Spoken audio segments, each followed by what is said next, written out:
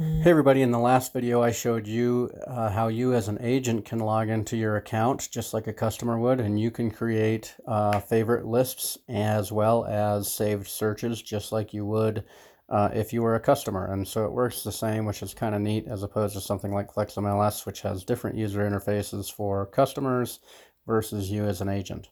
So now we can dive into impersonating your customers and creating searches for them or selecting favorites for them. So let's go to our account, and you'll notice we've auto-populated your account with all of your leads from the old website if you were an agent at that time. If you're a new agent, obviously you may or may not have any listings here. So a couple of things, when I select my drop down here, I can scroll through all of my leads. I only have one, it's Faith, just for an example. But if I had more than one, I could actually search for by name or by email address, and I can delete them, and I'll show you how in just a second. So let's click on Faith. So right now I'm just looking at an overview of Faith. I'm not impersonating, or I'm not logging in as her. But I can see all of her information. Right where it says null there, that would be if she would have entered a phone number when she signed in to create an account. So I can delete the lead, obviously, by clicking this button. I don't want to do that, so I'm going to click cancel. So any lead that signs up, you'll get an email, and you'll be able to come in and view that lead's information with the drop down here. Another cool thing you can do, and this is going to be very important for those of you working with people who don't want to do this themselves, but they want to receive listing updates, you can impersonate the lead by clicking on their name. And you know when you're impersonating a lead because right here at the top it says logged in as faithandkids@gmail. That's Faith's email address. And the other thing is, by clicking the menu button, you can see the little button here that says stop impersonating. So if I want to log out of Faith, or if I want to stop impersonating Faith, I can click this stop impersonating button. But I don't want to stop because I want to be able to show you how I can actually make changes to Faith's account. So when she logs in, just like a customer would, she can see the changes I've made. For example, I can save, or I can create favorites, and I can also delete them by unstarring favorites. So same thing here. If I go back to her account, you'll see that the favorite that she had there is no longer there. I can do that with any of the existing favorites in her account. The same way, I can come in, I could do a search, and I could choose a listing, any listing that is not in her favorites, and I can select it and click the star at the top.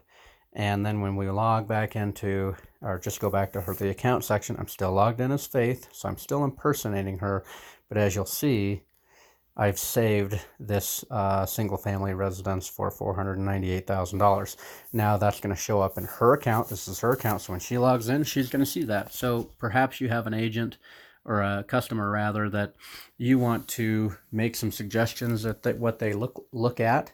You can select or star the listing, and they'll see it on their side.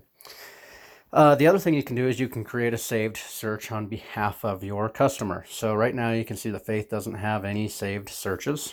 So if I come in, just like with the last video, and let's say that Faith's interested in receiving updates for homes in Teton Springs, I can do that by selecting Teton Springs or in the home screen, or I can do it here.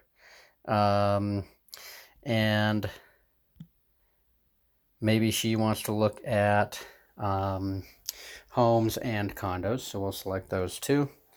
And the rest of these features don't really apply. Maybe if I wanted to have one with a pond, I could select the water unlock, but I'm going to keep this open for her if she had a price range. Let's do that. Let's say that she has a maximum price range. She does not want to spend more than $1 million. So I've selected homes and condos, Teton Springs, up to $1 million. Now I can click this Save Search button, and I can say Teton Springs. And you have to remember that you'll kind of want to fill all this out. I didn't do this in the last video. And then I'm going to say, up to $1 million. We'll do it that way. So Teton Springs residential, up to $1 million. She wants to receive updates maybe only once a month. Well, maybe every day.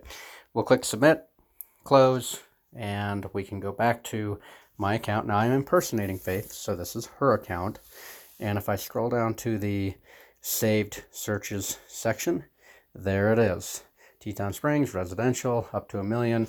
It does put the tags in here a little bit like the Teton Springs, the max price, but it does not include the fact that it's homes and condos. If you would have selected like the Teton View search, you're going to want to make sure you write that in so she knows what she's receiving updates for.